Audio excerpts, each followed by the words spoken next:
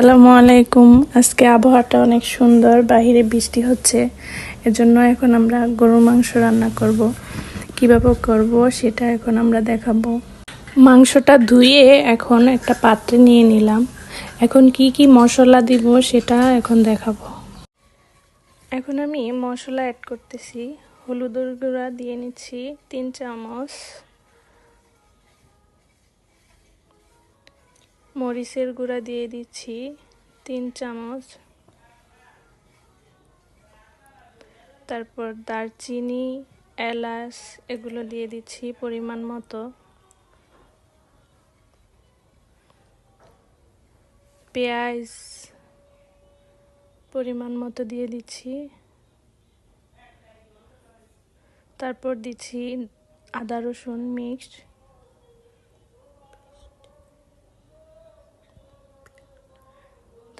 তারপর তেল দিয়ে দিচ্ছি।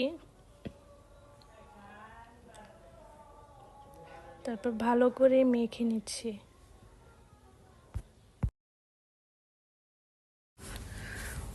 ভালো করে মেখে এখন রান্না করার জন্য চুলায় বসিয়ে দিলাম। অল্প পরিমাণ পানি দিয়ে এখন ঢেকে কষানোর জন্য বসিয়ে দিলাম।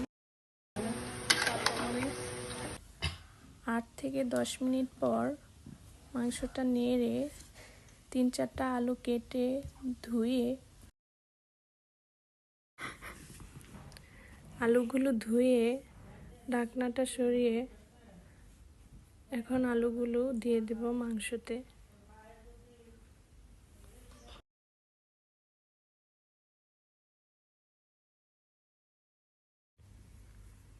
এখন ঢেকে দিব।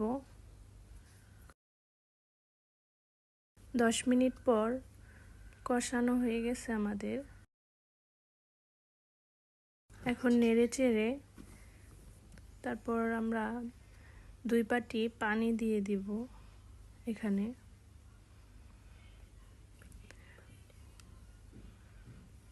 পানি দিয়ে কিছুক্ষণ অপেক্ষা করব।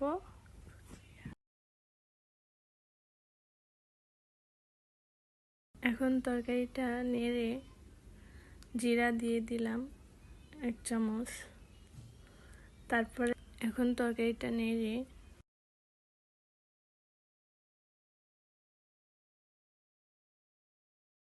উঠায় নেব।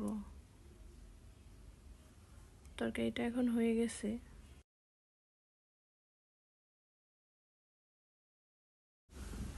এই যে দেখেন রেসিপিটা এখন হয়ে গেছে। এখন আমরা পরিবেশন করব।